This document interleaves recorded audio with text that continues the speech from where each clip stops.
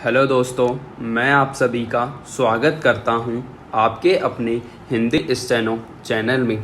दोस्तों, आप हमारा टेलीग्राम ग्रुप ज्वाइन कर लीजिए, जिसमें आपको रोज़ाना की मैटर की पीडीएफ आसानी से मिल जाएगी, जिसका लिंक डिस्क्रिप्शन में दिया हुआ है। तो अब डिक्टेशन स्टार्ट करते हैं। डिक्टेशन स्टार्ट होगी 5 सेकंड बाद। स्टार्ट। अंग्रेजों के शासनकाल में जब भारत माता गुलामी की जंजीरों में जकड़ी हुई थी, तब उस घड़ी में भी प्राचीन एवं गलत विचारधारा के लोग मातृभूमि को विदेशियों के चंगुल से मुक्त कराने के लिए संघर्ष करने के स्थान पर मानव में जाति के आधार पर विभेद करने से नहीं हिचकते थे। ऐसी प्रतिकूल परिस्थिति में कट्टरपंथियों का विरोध कर दलितों का उद्धार करने एवं भारत के स्वतंत्रता संग्राम को सही दिशा देने के लिए जिस महामानव का जन्म हुआ, उन्हें ही दुनिया डॉक्टर भीमराव अंबेडकर के नाम से जानती हैं। वे अपने कर्मों के कारण आज भी दलितों के बीच ईश्वर के रूप में पूजे जाते हैं। भीमराव अंबेडकर का जन्म 14 अप्रैल 1891 को केंद्रीय प्रांत के महू में हुआ था। उनके पिता रामजी मालोजी सकपाल सेना के सूबेदार मेजर थे तथा उस समय महू छावनी में तैनात थे। उनकी माता का नाम भीमाबाई मुरबादकर था। भीमराव अंबेडकर का परिवार हिंदू धर्म की महार जाति से संबंधित था। उस समय कुछ कट्टरपंथी स्वर्ण इस जाति के लोगों को अस्पृश्य समझकर उनके साथ भेदभाव एवं बुरा व्यवहार करते थे।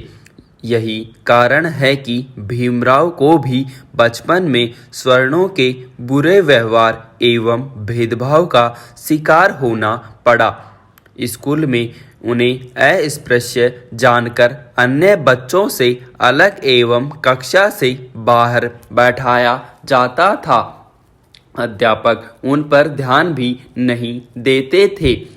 भेदभाव एवं बुरे व्यवहार का प्रभाव उन पर ऐसा पड़ा कि दलितों एवं अस्पृश्य माने जाने वाले लोगों के उत्थान के लिए उन्होंने उनका नेतृत्व करने का निर्णय लिया। दलितों एवं अस्पृश्यों के कल्याण हेतु एवं उन्हें उनके वास्तविक अधिकार व सम्मान दिलाने के लिए रूढ़िवादी तथा कट्टरपंथी लोगों के विरुद्ध वे जीवन भर संघर्ष करते रहे। वर्ष 1905 में उनका विवाह रमाबाई से हो गया और उसी वर्ष उनके पिता उन्हें लेकर बम्बई चले गए, जहां उनका नामांकन एल्फिंस्टन स्कूल में करवा दिया गया। वर्ष 1907 में जब उन्होंने अच्छे अंकों के साथ मैट्रिक की परीक्षा उत्तीर्ण कर ली, तो बड़ौदा के महाराजा सयाजी राव गायकवाड़ ने प्रसन्न होकर उन्हें 25 रुपये मासिक छात्रवृत्ति देना प्रारंभ किया। वर्ष 1912 में राजनीति विज्ञान और अर्थशास्त्र में बीए की परीक्षा पास की तथा वर्ष 1913 में अपने पिता की मृत्यु के बाद उच्च शिक्षा हेतु विदेश चले गए।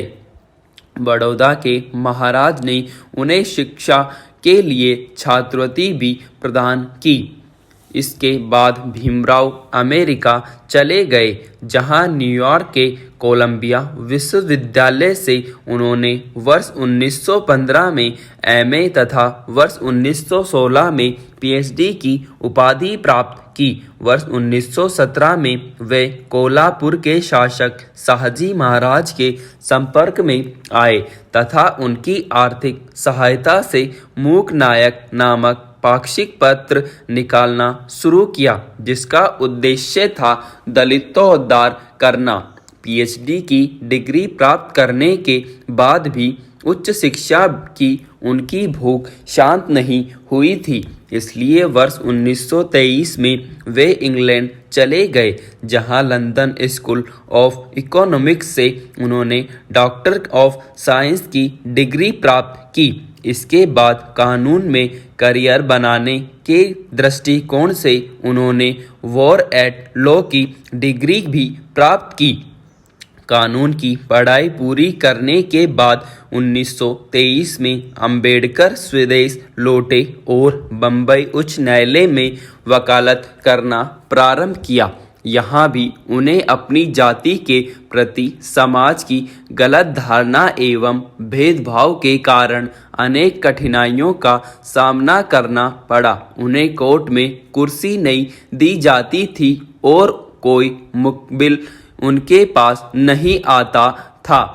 संयोगवश उन्हें एक हत्या का मुकदमा मिला, जिसे किसी भी बैरिस्टर ने स्वीकार नहीं किया था, किंतु उन्होंने इतनी कुशलता से इस मामले की पैरवी की कि जज ने उन्हें मुकबिल के पक्ष में निर्णय दिया। इस घटना से अंबेडकर को बहुत प्रसिद्धि मिली। अंबेडकर ने बचपन से ही अपने प्रति समाज के भेदभाव रूपी अपमान को सहा था, इसलिए उन्होंने इसके विरुद्ध संघर्ष की शुरुआत की। इस उद्देश्य हेतु उन्होंने वर्ष 1927 में बहिष्कृत भारत नामक मराठी पाक्षिक समाचार पत्र निकालना प्रारंभ किया। इस पत्र ने शोषित समाज को जगाने का अभूतपूर्व कार्य किया। वर्ष 1927 में उन्हें बम्बई के गवर्नर ने विधान परिषद के लिए मनोनीत किया तथा वे 1937 तक बम्बई विधानसभा के सदस्य रहे। उस समय दलितों को अछूत समझकर मंदिरों में प्रवेश नहीं दिया जाता था। उन्होंने मंदिरों में अछूतों के प्रवेश की मांग की और 1930 में 30,000 दलितों को एक साथ लेकर नासिक के काला राम मंदिर में प्रवेश के लिए सत्याग्रह किया। इस अवसर पर उच्च वर्णों के लोगों की लाठियों की मार से अनेक लोग घायल हो गए, किंतु उन्होंने सबको मंदिर में प्रवेश कराकर ही दम लिया। इस घटना के बाद लोग उन्हें बाबा साहब कहने लगे। उन्होंने वर्ष 1935 में इंडिपेंडेंट लेबर पार्टी की स्थापना की, जिसके द्वारा उन्होंने दलित एवं अछूत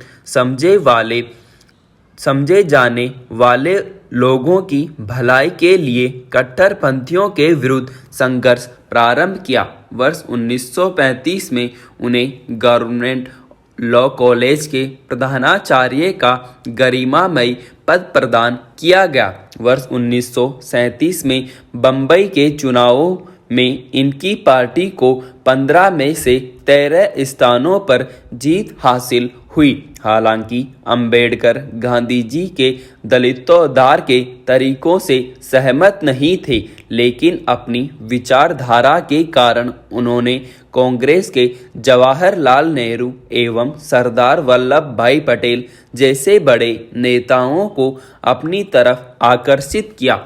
वर्ष 1941 में उन्हें वायसराय की रक्षा परामर्श समिति का सदस्य नियुक्त किया गया। वर्ष 1944 में वायसराय ने पुनः एग्जीक्यूटिव काउंसिल गठित की तथा डॉक्टर अंबेडकर को श्रम सदस्य के रूप में मनोनीत कर सम्मानित किया।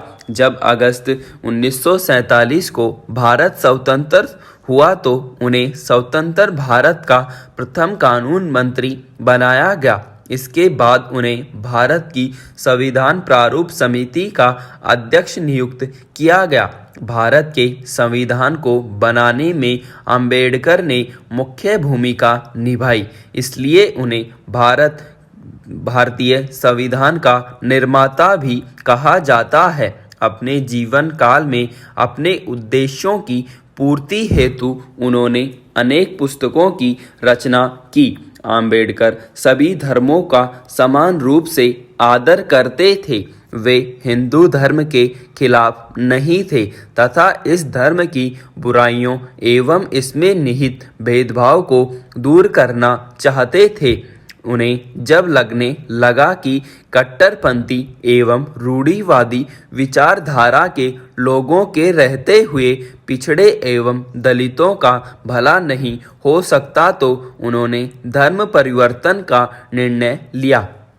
14 अक्टूबर 1956 को उन्होंने दशहरे के दिन नागपुर में एक विशाल समारोह में लगभग 2 लाख लोगों के साथ बौद्ध धर्म स्वीकार कर लिया। डॉक्टर भीमराव अंबेडकर एक महान विधिवेत्ता, समाज सुधारक, शिक्षाविद एवं राजनेता थे। उन्होंने अन्याय, असमानता, छुआछूत, शोषण तथा ऊंच नीच के विरुद्ध जीवन भर संघर्ष किया।